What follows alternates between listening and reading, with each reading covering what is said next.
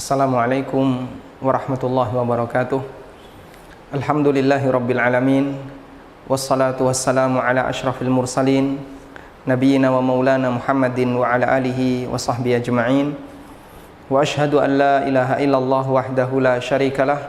Wa ashhadu anna Muhammadan abduhu wa rasuluh sallallahu alaihi wa ala alihi wa sahbihi wa sallama tasliman katsira. Kaum muslimin, para pemirsa yang kami hormati, kita akan kembali melanjutkan kajian pengantar ilmu waris, dan di kesempatan kali ini kita akan membahas tentang al-hajbu. Al-hajbu ini berarti tentang seorang ahli waris menghalangi ahli waris yang lain. Ini adalah perbuatannya. Sedangkan kalau pelakunya yang menghalangi disebut hajib. Hajib ini penghalang. Sedangkan yang dihalangi disebut mahjub. Yang dihalangi disebut mahjub, yang terhalang.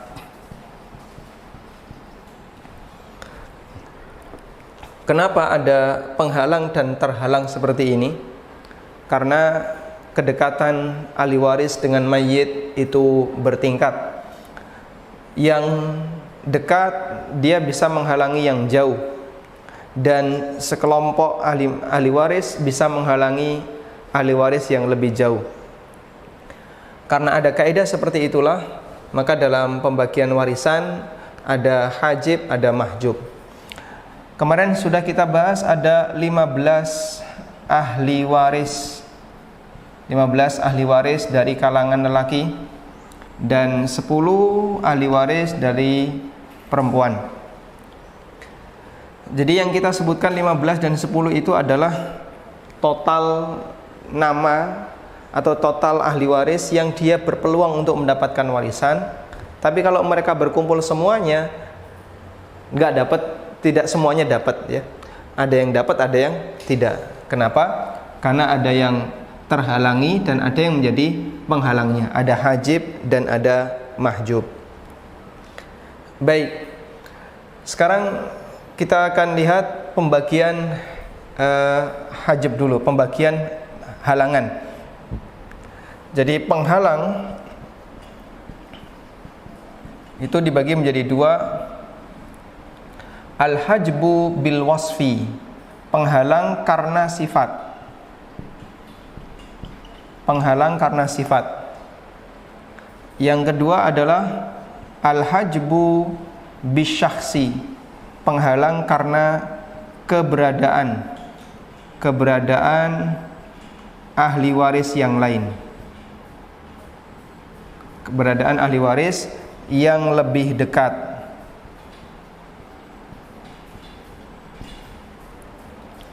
Kita ulang, penghalang seseorang bisa mendapatkan warisan ada dua. Ada karena sifat dan ada karena keberadaan ahli waris yang lebih dekat.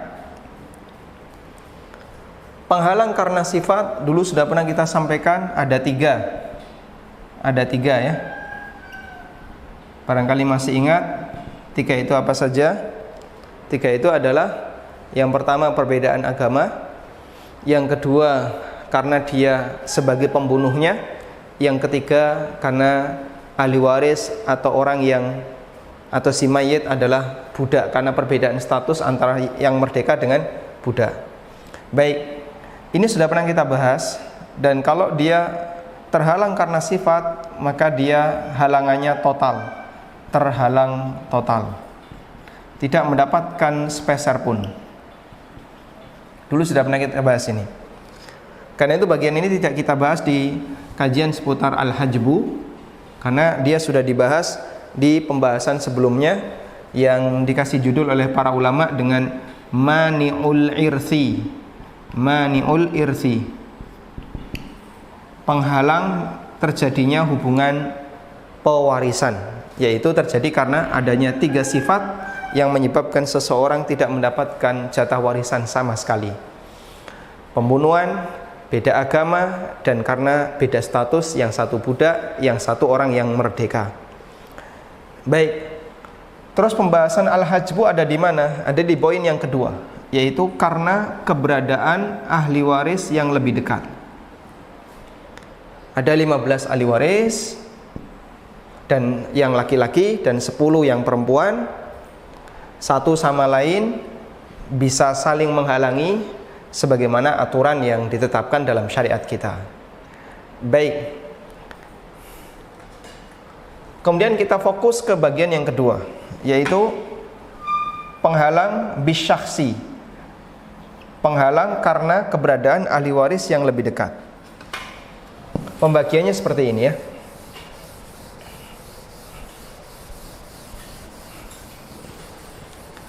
Kalau kita perhatikan, dari sekian banyak ahli waris itu, yang jumlahnya ada 25 posisi dalam status kekeluargaan, maka di sana bisa kita bagi menjadi 4 ya. Jadi dilihat dari potensi halangan, potensi saling menghalang, gitu aja ya. Dilihat dari potensi saling menghalang, saling menghalangi, halang menghalang atau halang menghalangi. Dilihat dari potensi saling menghalangi, maka ahli waris ada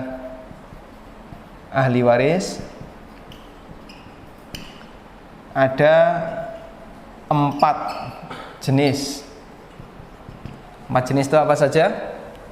Yang pertama adalah tidak bisa menghalangi, atau gini aja. Tadi kita sudah punya istilah ya, hajib. Hajib itu tadi apa? Penghalang. Ini penghalang. Yang kedua, mahjub. Kalau mahjub, terhalang, yang dihalangi. Hajib penghalang, mahjub yang terhalangi. Tolong dihafalkan ini.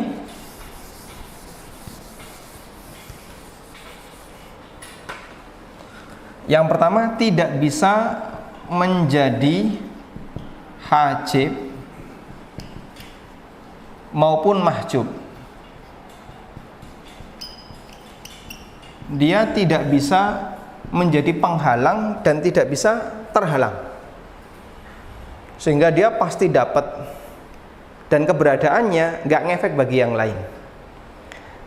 Maka mau hadir siapapun, adanya orang ini tidak akan memberikan pengaruh. Mereka adalah suami dan istri. Posisi dua manusia ini disendirikan, maka dia tidak menghalangi siapapun yang ada di sekitar mayit, baik saudaranya, pamannya, dan seterusnya. Karena itu kalau misalnya ada orang yang meninggal, si A meninggal, ahli warisnya suami dan paman, suami dan paman. Maka suami dapat berapa? Di sini nggak ada anak. Fokus saja dengan apa yang ada di sini. Ahli waris yang lain siapa aja? Nggak ditanya ya. Fokus saja kepada kasus yang sudah tersedia.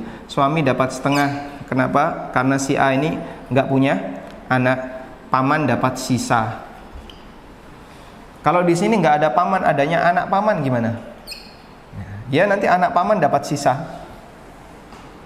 Karena dia, keberadaan suami ini tidak memberikan pengaruh kepada ahli waris yang lain. Baik, maka ada suami, ada istri, tidak memberikan pengaruh kepada keberadaan saudara-saudaranya mayit karena dia disendirikan. Baik, yang kedua, bisa menjadi hajib, saya kasih garis bawah hajib, bisa menjadi hajib namun tidak bisa menjadi mahjub. Tidak bisa mahjub.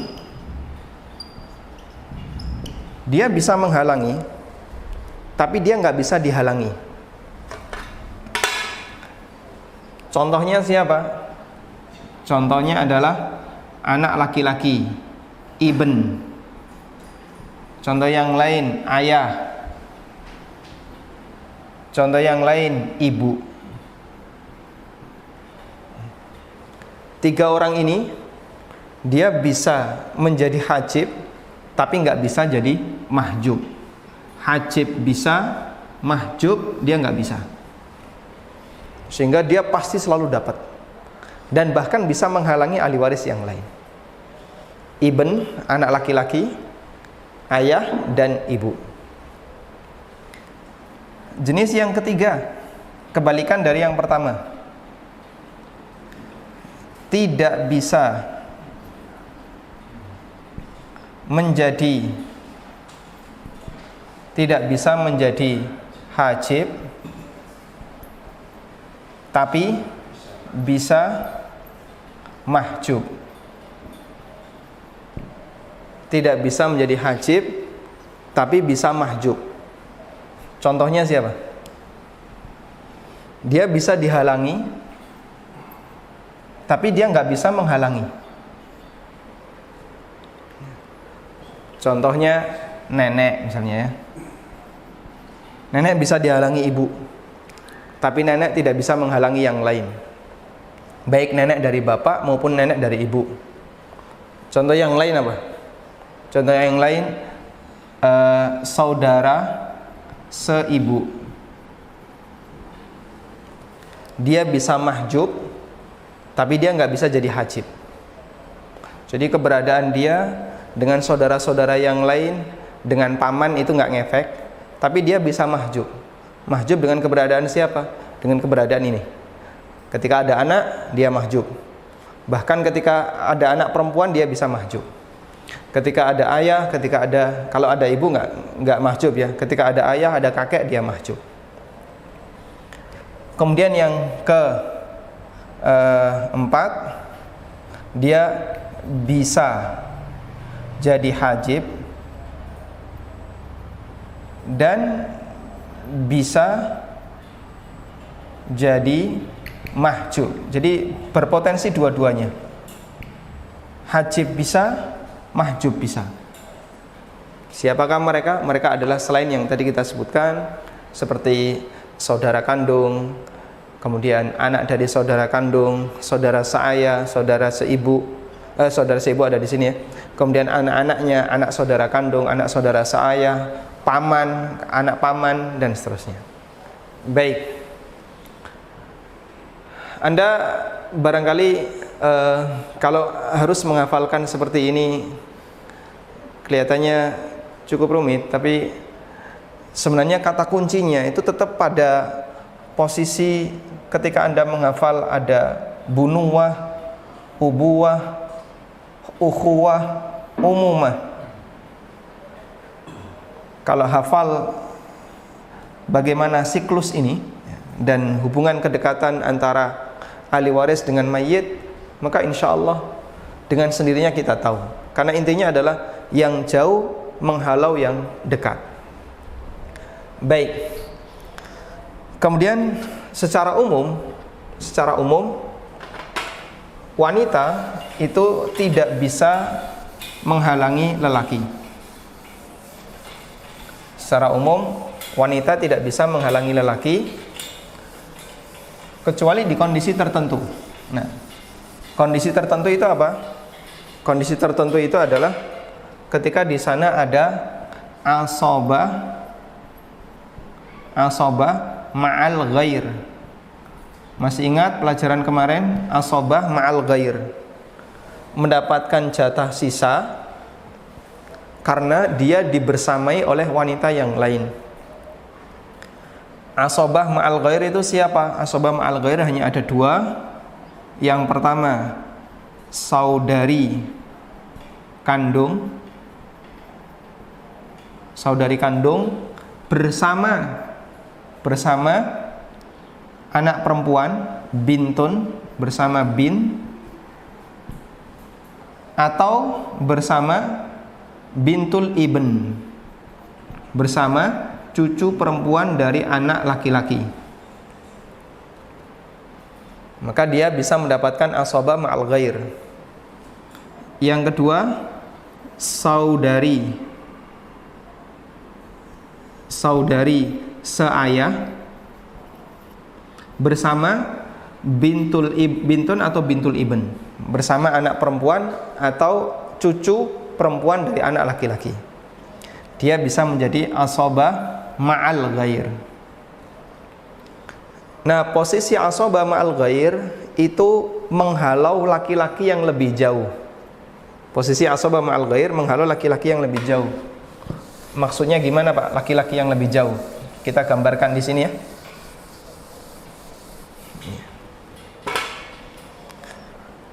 Saudari kandung. Siapa yang lebih jauh dari saudari kandung? Anda sudah jangan bicara paman. Paman itu terlalu jauh. Yang lebih jauh dari saudari kandung adalah saudari sebapak atau saudara sebapak. Kita ini menghalau laki-laki ya. Ini bisa menjadi hajib, bisa menjadi penghalang bagi laki-laki. Penghalang bagi ahli waris laki-laki. Jadi secara umum bahasanya ahli waris perempuan itu tidak menghalangi ahli waris laki-laki selain dalam kondisi tertentu, diantaranya ini. Coba Anda masih ingat tadi mayit, usul, furu. Usul, furu. Usulnya yang laki-laki tidak ada. Adanya tinggal yang perempuan. Usul tidak ada, ini tidak ada. Adanya tinggal furu yang perempuan. Bintun. Bin, ada bin ya. Bintun. Anak perempuan. Saudara laki-laki nggak ada. Adanya saudari. Saudari, saudara perempuan ya. Kandung, syakikoh. Adanya saudari syakikoh plus saudara seayah. Saudara seayah. Sudah? Maka bin dengan saudari syakikoh ini nanti asabah ma'al ghair. Sehingga saudara seayah mahjub.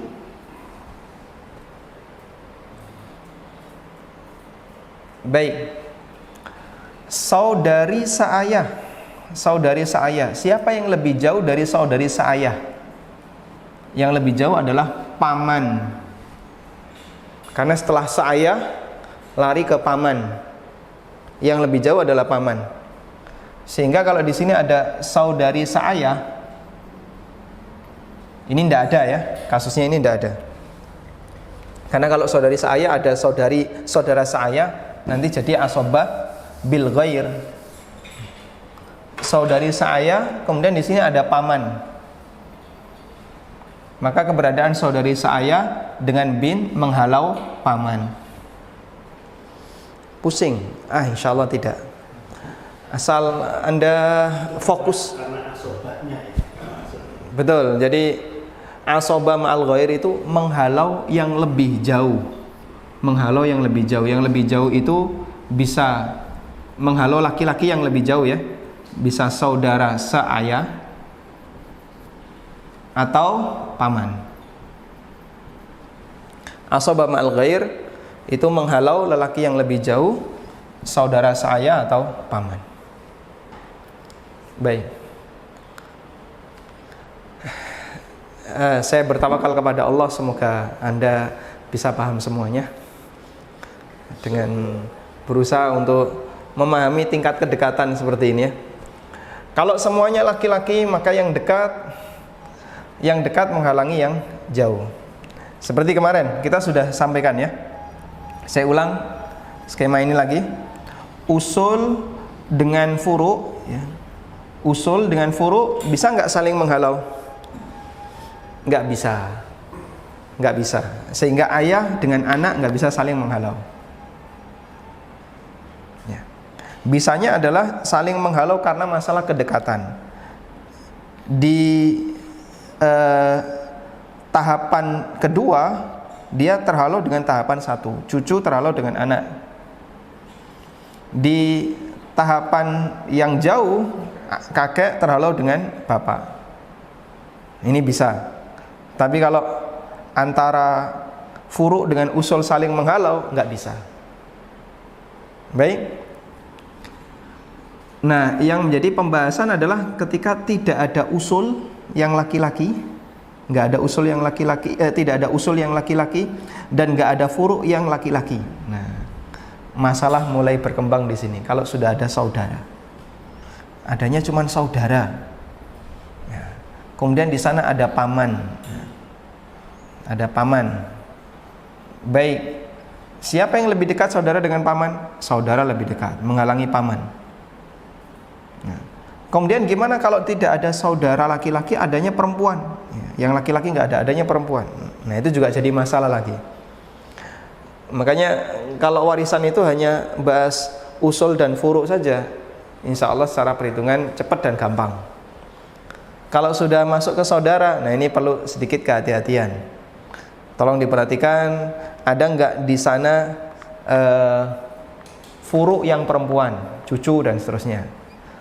Tapi perempuan tidak bisa menghalau laki-laki kecuali dalam kondisi ini. Wallahu a'lam. Baik. Dan alhamdulillah saya sudah menyediakan tabel jatah warisan dengan menyebutkan nama ahli waris, kemudian jatahnya. Bisa di zoom.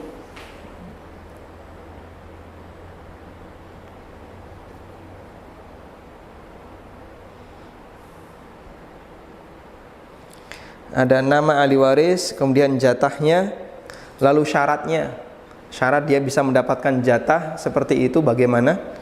Kemudian hajibnya, siapa yang menjadi penghalangnya. Contoh misalnya di sini, ayah dia bisa mendapatkan asobah dengan syarat, tidak disebutkan di sini ya. Kalau misalnya mau disebutkan ya, dengan syarat tidak ada anak laki-laki. Penghalang ayah adalah tidak ada ya, kecuali keberadaan anak laki-laki, sehingga dia nggak bisa dapat asobah. Tapi ayah tidak dihalangi secara total oleh anak laki-laki, dan seterusnya. Baik, saya kelupaan untuk memberikan pembahasan ini ya. Jadi hijab bisyakhsi,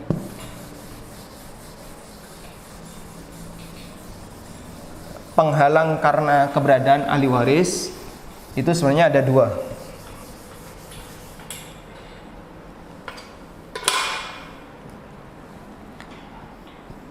Penghalang karena ahli waris ada dua.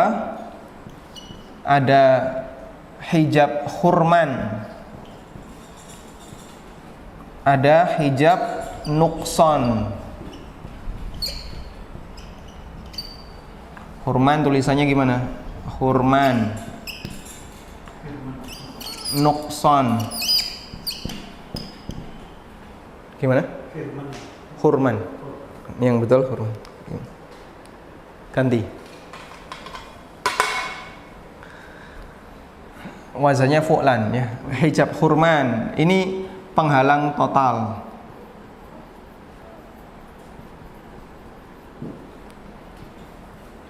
Penghalang total. Contohnya Pak, contohnya kakek terhalang ketika di situ ada ayah, cucu terhalang ketika di situ ada anak laki-laki. Itu namanya hijab hurman. Kemudian hijab nukson, ini bukan penghalang total, tapi dia pengurang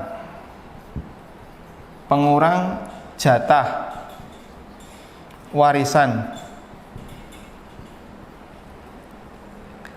Contohnya ya, suami dia bisa mendapatkan setengah, pilihan yang kedua 1/4.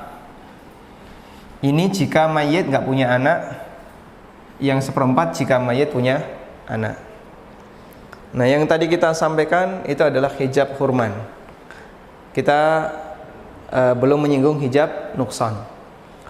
Hijab nukson kembali kepada tadi, keberadaan ahli waris yang mengurangi jatah ahli waris yang lain. Contohnya suami yang awalnya bisa dapat setengah, tapi karena mayit punya anak dapat 1/4. Contoh yang lain, ibu misalnya, atau istri bisa dapat 1/4 atau 1/8.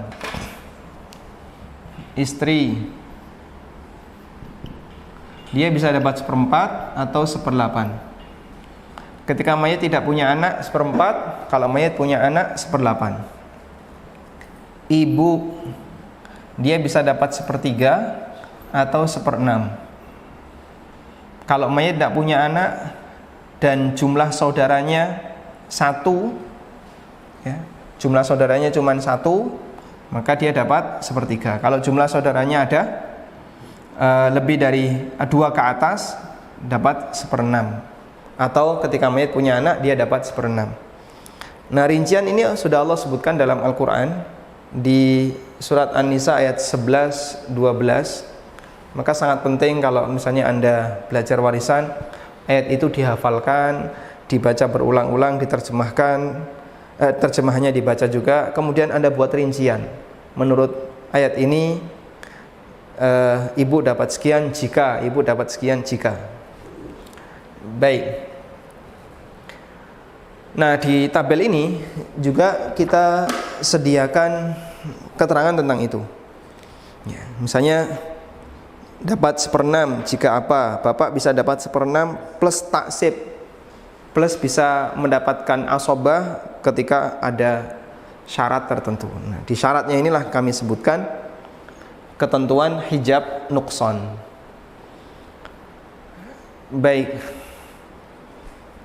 tabel ini belum bisa kita bagikan karena kalau sebatas membaca tabel tapi kalau tidak tahu teorinya dan pengantarnya sama saja, saya kira juga susah untuk bisa dimengerti dan dipahami.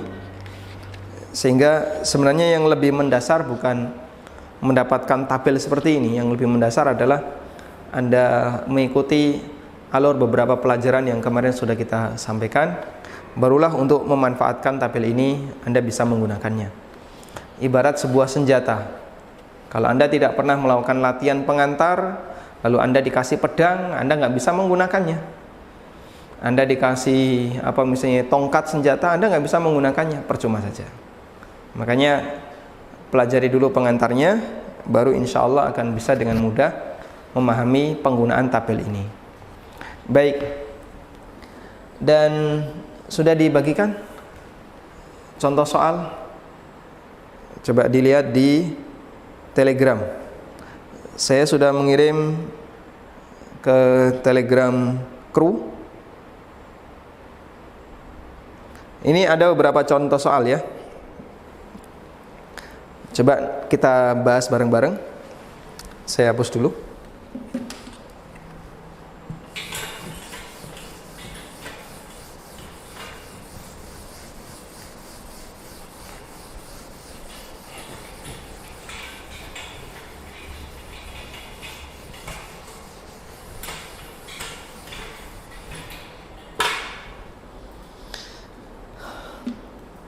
Ada sebuah keluarga tanpa anak. Ketika si A meninggal,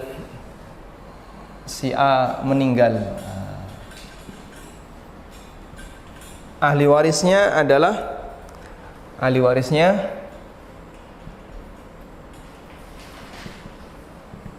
suami, kemudian anak perempuan. Saya langsung gunakan istilah begini aja ya, bintun, biar lebih ringkas. Saudara seibu. Saudara seibu berarti apa? Akhun li saudara seibu, akhun li kemudian ibu, lalu paman dari bapak, baik. Pertanyaannya, siapa yang mahjub dan siapa hajibnya? Siapa yang mahjub, siapa hajibnya? Tidak semua istilah ini saya terjemahkan ke dalam bahasa Arab. Seperti suami sudah ringkes, maka saya tulis saja suami. Ayah enggak saya terjemahkan karena dia sudah ringkes. Ibu, saya biarkan jadi ibu. Tapi kalau saudara laki-laki seibu, nah biar lebih ringkes gini aja. Paman dari bapak, ya, biar lebih ringkes. Baik, siapa yang termahjub dan siapa yang menjadi hajib? Yang mana yang termahjub?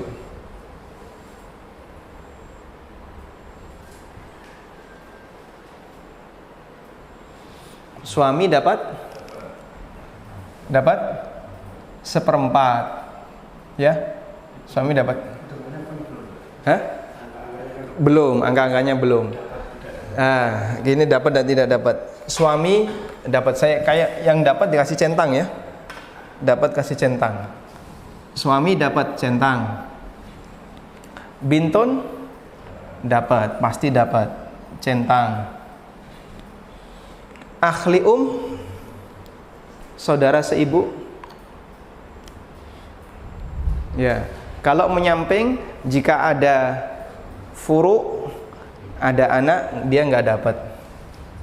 Silang. Ibu nggak bisa dihalangi, dapat.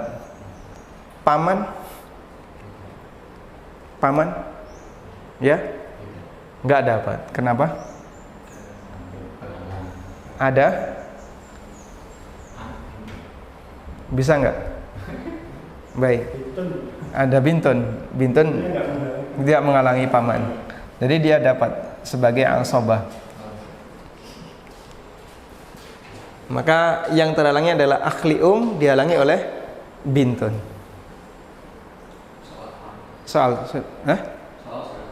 Sudah di-share. Baik. Karena tadi akhli itu dia bisa termahjub tapi nggak bisa menjadi hajib. Ibu tidak menghalangi paman, bin tidak menghalangi paman. Sudah? Kita lanjutkan ke soal yang kedua.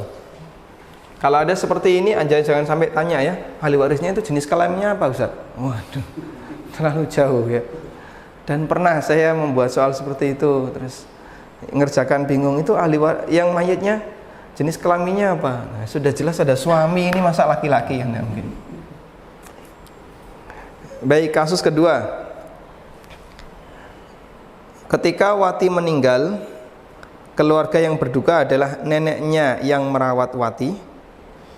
Di antara ahli waris Wati, ibu, saudari kandung, saudara laki-laki seayah, keponakan dari saudara lelaki kandung. Siapa yang mahjub, siapa yang hajib? Baik, kita coba tulis ya. Wati mati,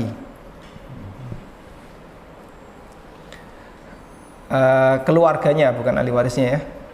Keluarganya siapa saja? Pertama, nenek yang merawat Wati. Yang kedua, ibu. Yang ketiga, saudari kandung. Saudari kandung, gimana? Ukhtun syaqiqah. Panjang. Saudari kandung, lebih pendek ya sebenarnya. Ukhtun syaqiqah. Kemudian saudara laki-laki seayah. Saudara laki-laki seayah. Akh li ab. Kemudian Berarti di sini bapaknya Wati poligami ya, dia punya saudara seayah. Keponakan dari saudara laki-laki kandung. Keponakan dari saudara laki-laki kandung. Ibnul akh syakik. Keponakan dari saudara laki-laki kandung. Ya. Siapa yang mahjub, siapa hajibnya? Siapa yang mahjub, siapa yang hajibnya? Coba kita urutkan ya. Kita kasih nomor 1, 2, 3, 4, 5. Nenek dapat enggak? Tidak, dia mahjub. Mahjubnya dengan siapa? Saya kasih nomor 2 nih. 2. Ibu dapat? Dapat. Ukhtun syakikoh, saudara perempuan kandung, dapat nggak? Dapat nggak? Dapat. Tidak termahjub. Akhli ab, dia dapat. Ibnu syakikoh, mahjub dengan akhli ab. Ya. Udah? Ini bukan X ya. Nanti X min 2 kalikan X min 4 berapa? Baik. Semoga bisa dipahami. Nah, kalau kita sering latihan seperti ini, insya Allah akan terbiasa untuk memahami banyak kasus. Sekarang contoh yang lain. Di sini kasusnya saya kasih nama Akh Mubarak. Si A meninggal. Ini si A lagi ya. Si A, ahli warisnya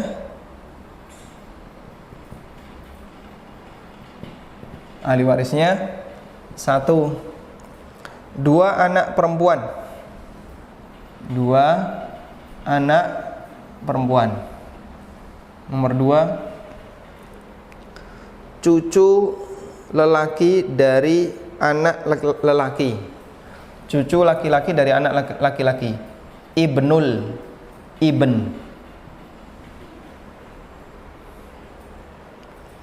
Dan cucu perempuan dari anak lelaki. Cucu perempuan dari anak lelaki. Bintul Ibn.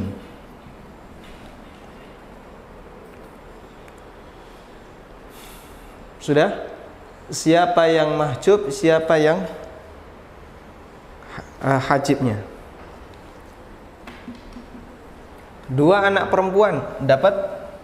Dapat.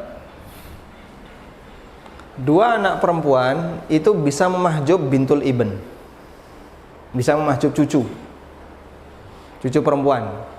Tapi karena ada ibnul ibn, maka ini terangkat menjadi asobah bil ghair, sehingga di sini menjadi asobah bil ghair.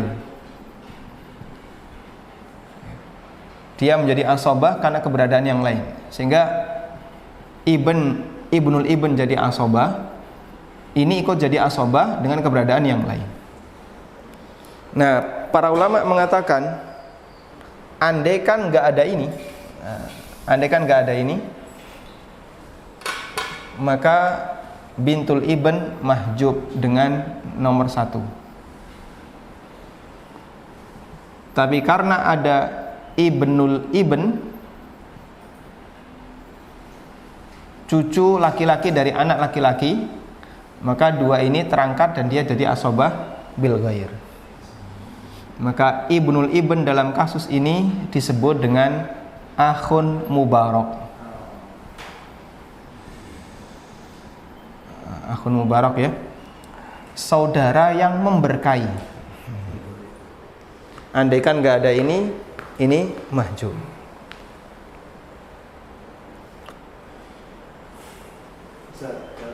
Kasus tadi yang nomor 2 tidak ada. Nomor 2 ini? Tidak ada. Ini? Sisanya kembali ke 2 anak perempuan. habis. Jadi dia dapat semuanya. Jadi dia dapat rot nanti ya. Kadang ada apa? Ya.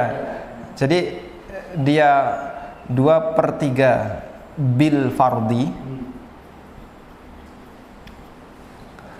jatah yang ditetapkan, kemudian sisanya 1/3 raddan.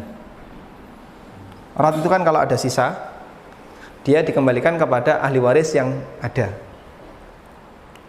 Sehingga yang bukan ahli waris ini mumpung yang sisa bagikan, enggak berlaku seperti itu. Maka dia diberikan sisanya raddan. Walaupun ada bintul ibn. Saya ulang ya, kasusnya ada ini ya.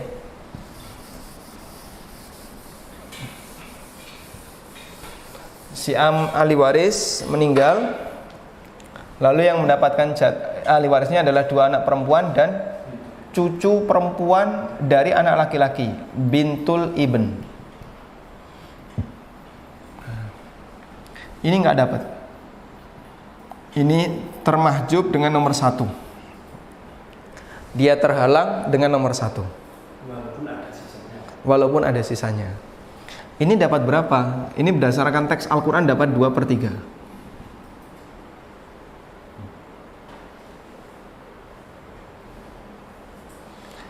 Terus sisanya kemana yang 1/3? Sisanya diserahkan ke sini juga.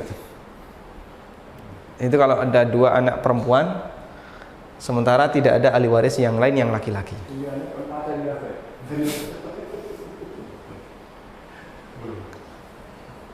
Kalau ada ini, misalnya yang ketiga ada akh syakik, saudara laki-laki. Nanti ini dapat sisanya.